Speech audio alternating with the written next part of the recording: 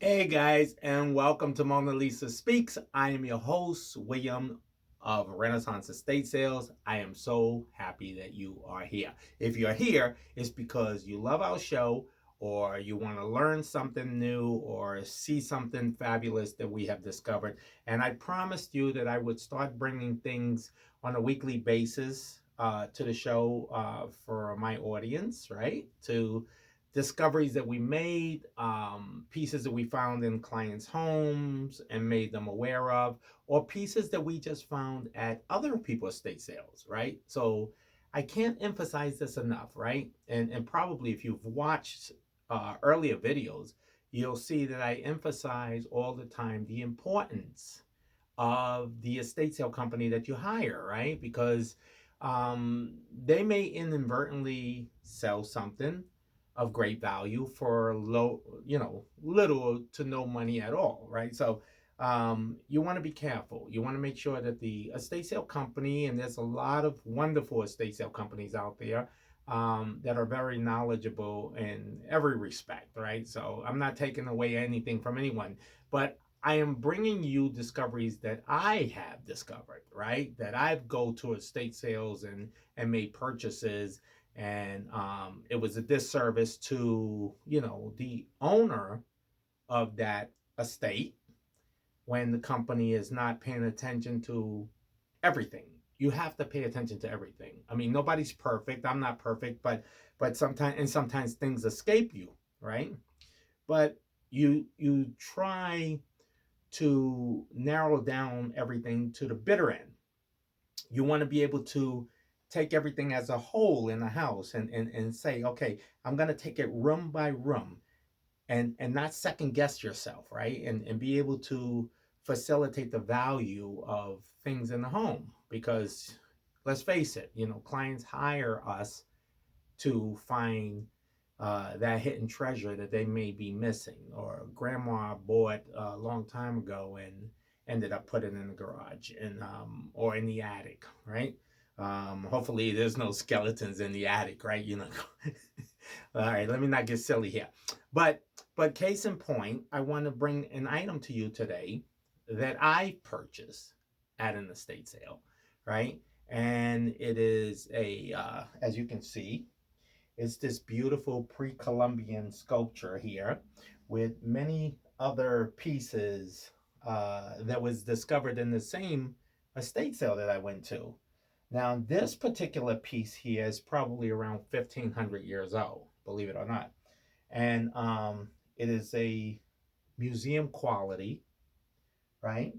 And I'm going to show you a little things on how you can, authenticate a piece. So a lot of these pieces like this, you'll find if you visit Peru or Mexico, or any of those places, you'll find being sold to the tourists. You know, um, but looking at this piece here, in order to authenticate a piece like this, if you have a piece like this at home and you're wondering whether or not it's the real deal, right? It's a very simple technique that you can do with two quick things, right? And one is right here. I keep this in my car actually. It is hydrogen peroxide, right?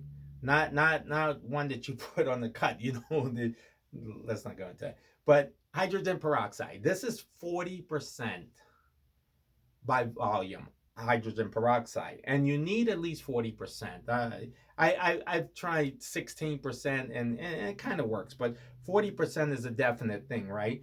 Now, always read the caution label on anything that you're using, because 40% hydrogen peroxide, can irritate the mucous membranes, and it's harmful to the eyes, and it's best if you use this in a ventilated place, and you want to be very careful, not to get this in your eyes or your hands or anything like that. So typically I just take a Q-tip, dip it, cap it, and the purpose of that is, on a pre-Columbian piece or terracotta or sculpture, things like that, you have manganese, which is a mineral, and it attaches itself to porcelain of this type from being buried from for many years and things like that.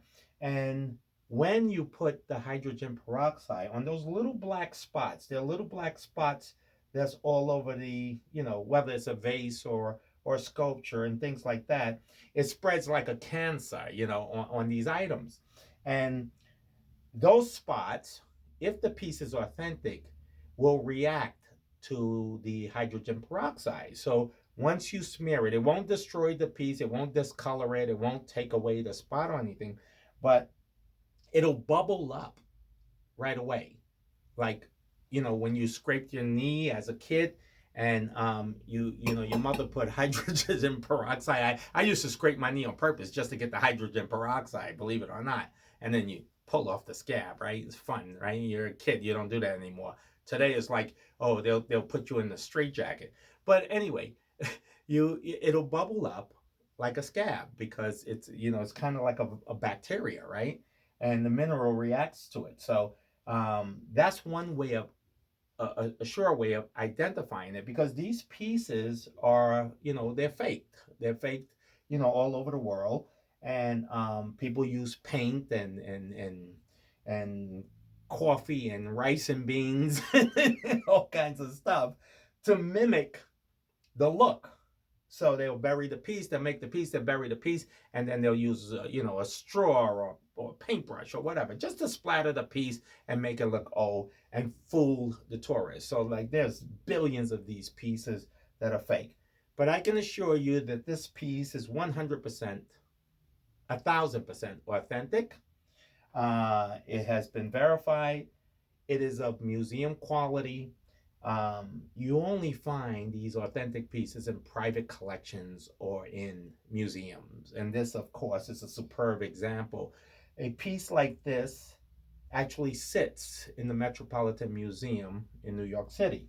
All of these pieces here were bought by me with this piece in combination from one estate sale.